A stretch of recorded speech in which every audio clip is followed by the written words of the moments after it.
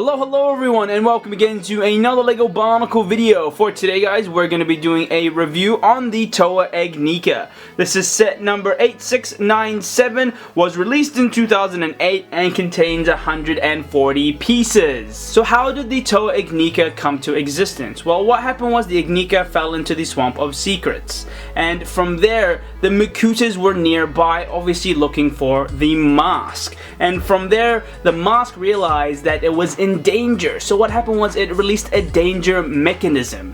So this danger mechanism was like, oh, alarm bells, what am I gonna do? What is the, how do we prevent the mask from being in the hands of evil? So what happened was the great Karda Nui transformed and built itself a Toa. And how did they build the Toa? Well, it used the plant life in the swamp to create the Toa itself, and it created the skyboard. So from there, it used its ability to fly into the skies of Karda Nui, and from there, that's how I guess at the end of the day, how the Toa Ignika came to existence. So it used its own powers and its initiative to, I guess, get rid of itself from being anywhere near evil. So it created itself a being, as you see here, in a way quite similar to Makuta Nui, but obviously different in the terms of the weapons and of course all that other stuff, as you can see there with the mid-X Sky Blaster and the armor pieces that it does have. Now of course you can also see that he has three color schemes.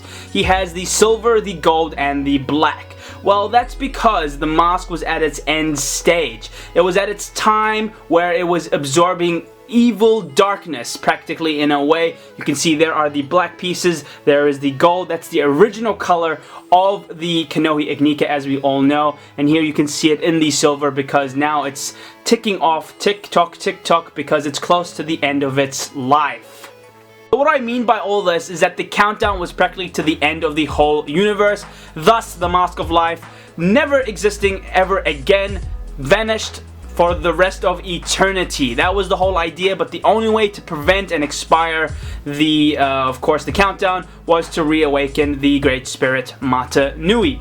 So of course, at the end of the day, Tahu and Gali did convince the Toa Ignika to reconsider his options. So they practically expired the countdown, so they told the Toa Ignika to no, we're not going to do that, we don't want the universe to end. And so what happened was the Toa Ignika accomplished the task by reawakening Makuta Nui, and that's how, I guess, the body turned into this massive energy and was obviously given to Makuta Nui, reawakened, leaving behind the Mask of Life, and from there, so forth, kind of leading on towards Makuta Nui, or Toa Makuta Nui's existence, obviously when he arrives on Barra Magna, etc, etc. But of course, not only that, you have great articulation in the arms as well. It just depends, because obviously you have this blade here, kind of like a shoulder armor piece, which can be in the way a bit, but nonetheless, it still works fine. Good articulation there. Of course, side to side, not much in the upper arm there, but up and down is great. Of course, same thing applies with the hand,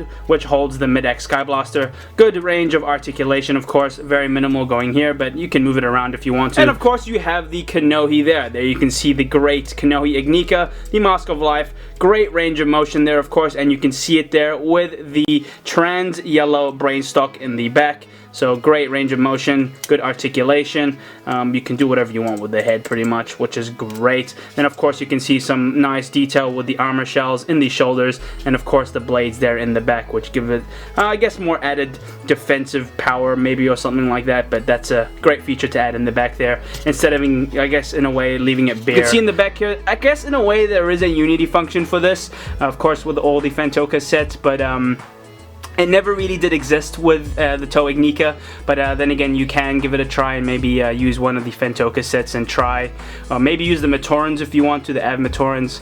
But I don't know, I don't really have an Matoran with me right now, but I'm sure it could work out if you really wanted to. Here you can see, guys, is one of Toa Ignika's primary weapons, and here it is known as the mid-X Sky Blaster, a nice weapon of course to have, which of course releases out spheres of light from the light of Karda Nui. So it has 4 rounds in here, as you can see. Of course, they're just kind of shaped in balls. It would have been nice if they were maybe in the yellow color to kind of obviously give off that light effect, or maybe some sort of glittery, bright shiny color, if you get what I mean, because silver wouldn't make sense. But anyway, that's the whole idea. Light from Karda Nui would, I guess, power up these weapons. Great weapons, of course, typically found from majority of the Fantoka line from the Toas. So Kopaka, Pohatu, and Liwa do have these weapons here, as you can see. Very nice. I guess you can put a beam here if you wanted to, a little red dot sight there, just for added features if you really wanted to. But it's a great weapon. Of course, I'll show you the function very soon. I just want to first show you the Life Blade. So here is his second weapon, as you can see here, known as the Life Blade. A great weapon, of course, standard weapon, but I guess at the end of the day, combined with the great Toa Ignika, you can imagine how much power this weapon would have. Of course, it is his secondary weapon, used for close combat, or then again, maybe this could be the primary weapon and the mid-X Sky Blaster could be the secondary. But here it is, as you can see. You can get some good articulation with the hand there, and of course, maybe just a bit moving up and down, but it's just mainly side to side. But still great nonetheless, a nice weapon. I really like it, but maybe you could add some random added features there to those little axle pieces, but nonetheless still looks great. And of course the holes there as well.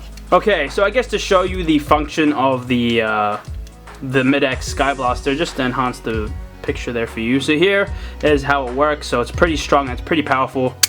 Wow, that is pretty powerful there. I'm just using it against my backdrop, and you can see how powerful it is. Oh, and the weapon came off. But anyway, I'll just show you from here. It's pretty powerful. Yeah, and yeah, it pretty much works like that. Great weapon, of course, at the end of the day. Powers using spheres of light there. Pretty cool stuff. And of course, pretty straightforward to reload. You just got to push them back in, and that shouldn't be too hard. You know, just one there. That's 3. There we go. And the last one, gotta push it in right hard, because it's kind of like a spring-loaded weapon there. So it does require a spring in here. So you got to be careful when you do use it. So it does work.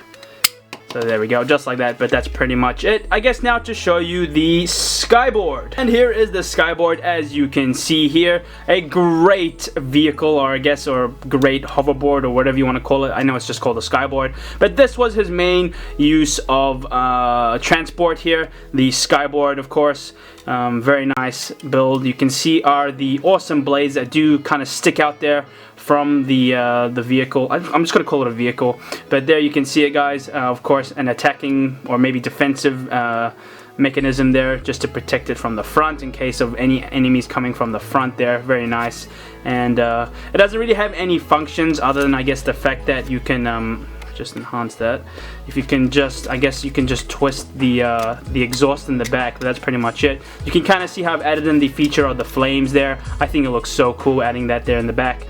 Pretty cool stuff. So then, as mentioned, you can move that, and the only other function is really the wings coming out.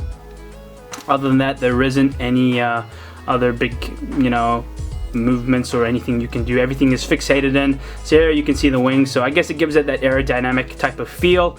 Gives it more speed, possibly through the air of Karda Nui.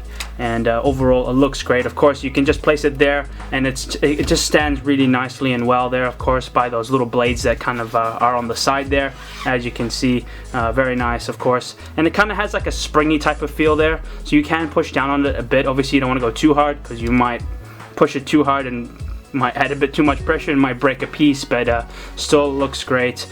And you know, I guess playability wouldn't be too bad at all, but personally I wouldn't play with it. I'd rather just keep it sitting on my my shelf there, because it is so beautiful. So I guess other than the fact that it has a few holes there, that would be the only cons, you know, a few gaps and things like that. But other than that, it's a great vehicle, I think. Next thing to do now is to mount on the Toa. So how you mount it on is pretty straightforward. You can see there are a few holes there. You just got to connect them on to the pins there, as you see, and it should be pretty straightforward. So on there,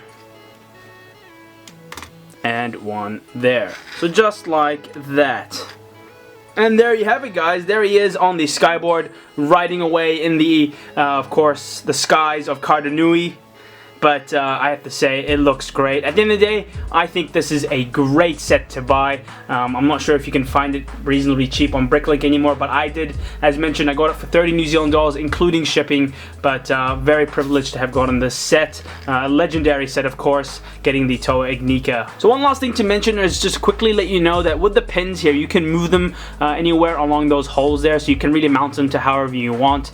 Closer together, you know, feet apart more, wider, closer. It is really up to you.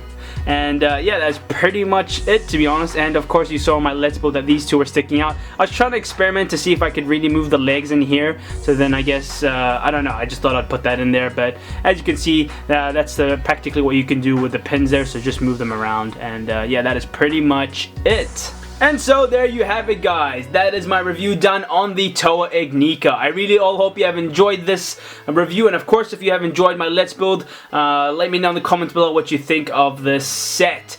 Please smash that thumbs up button, guys, if you have enjoyed this. Of course, subscribe to my channel so then you guys are all up to date with any new videos I do post out. Anyway, guys, please stay tuned for more awesome videos to come, because I have many more Let's Build and reviews to show you. I all hope you have enjoyed this yet again. Have a great day, everyone. I will be talking to you all very soon. Bye-bye!